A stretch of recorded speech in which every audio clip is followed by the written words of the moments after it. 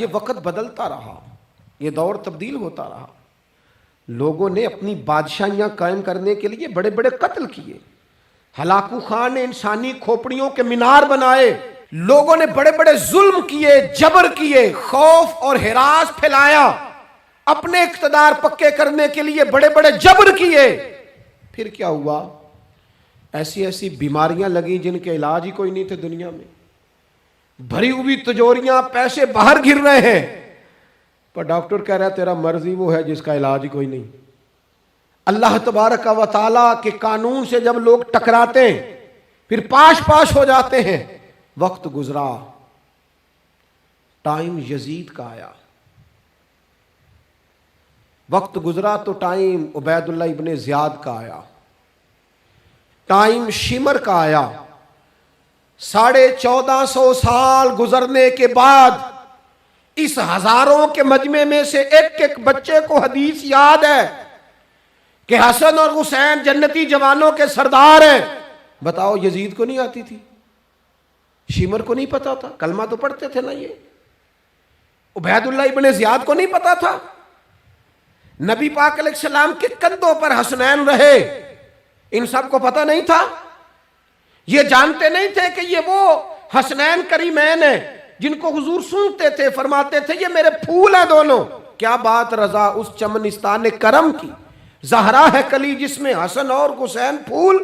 آج 1450 سال گزرنے کے بعد امت کو حدیث آتی ہے کہ نبی پاک علیہ السلام نے فرمایا جس نے حسن اور حسین سے پیار کیا اس نے مجھ سے پیار کیا، جس نے ان سے بغض رکھا اس نے مجھ سے بغض رکھا۔ کلمہ پڑھتے تھے، مسلمان کہلاتے تھے۔ 10 محرم کو جمعے کا دن تھا، امام حسین امامہ باندھ کے گھوڑے پر بیٹھ کر خطبہ دینے لگے تو ایک شخص اندر سے بول کے کہنے لگا حسین تقریر لمبی نہ کر، ہمارا جمعہ لیٹ ہو رہا ہے۔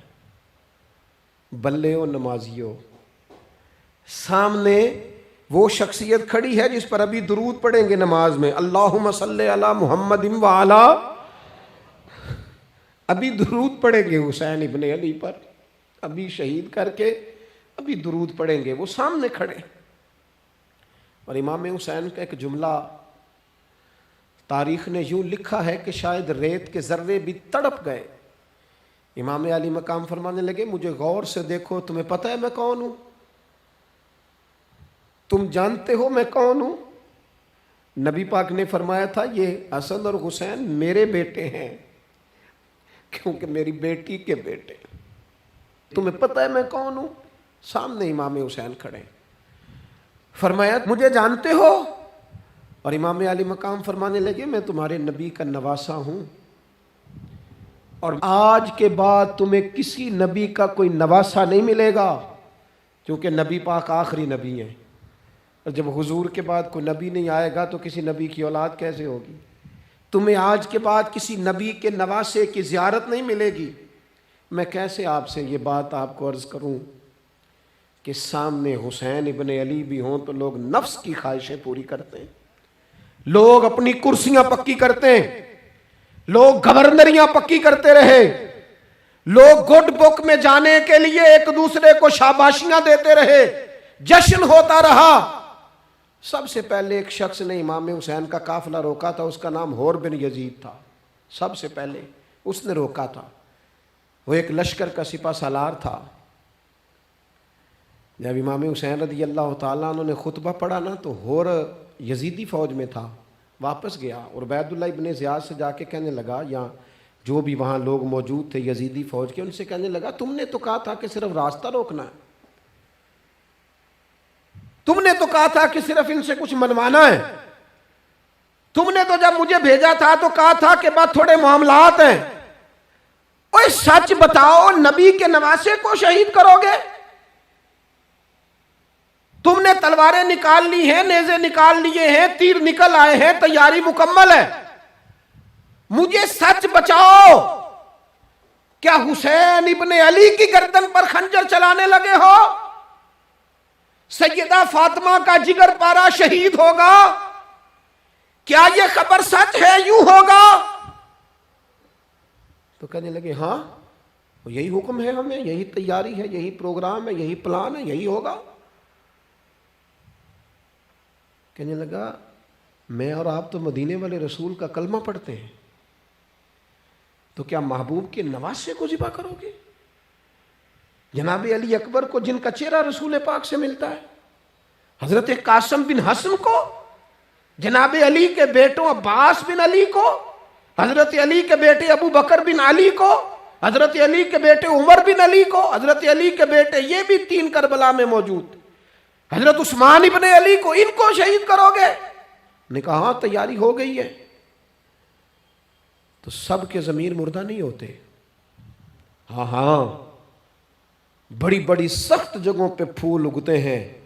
حر نے جب ان سے کہا کہ تمہارا پکا ارادہ ہے، کہا پکا ارادہ ہے، تو اس نے کہا یہ زیرہ پکڑو، یہ عہدہ پکڑو، مجھے تمہارا دیا ہوا عہدہ نہیں چاہیے، حسین کے نانا کی دی ہوئی جنت درکار ہے، یہ رکھو اپنے پاس، مجھے تمہارا۔ ایڑی لگائی اس نے اور دوڑا اور امام حسین کے قدموں میں گیا، کہنے لگا حضور میں مجرم ہوں،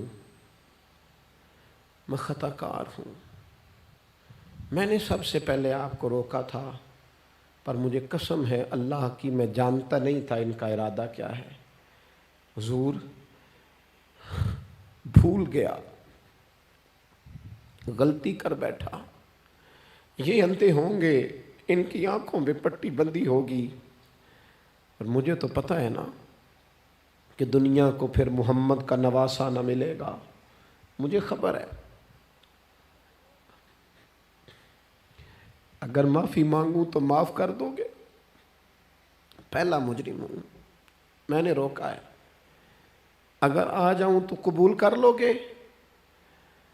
یہ ظرف، یہ حوصلے، یہ توانائیاں اگر ہیں تو سیدہ فاطمہ کے دودھ میں ہیں، یہ شیر خدا کی تربیت میں ہیں، یہ محبوب نے جو ان کی زبانوں کو چوسا تو اس کرم میں ہے۔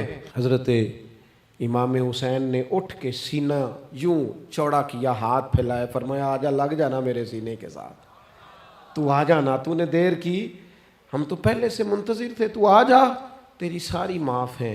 حر کے مقدر جاگے، امام علی مقام کے لشکر میں شامل ہوا۔ بعض نے لکھا ہے جو لوگ ابتدا میں شہید ہوئے امام حسین کی طرف سے، ان میں حر شامل۔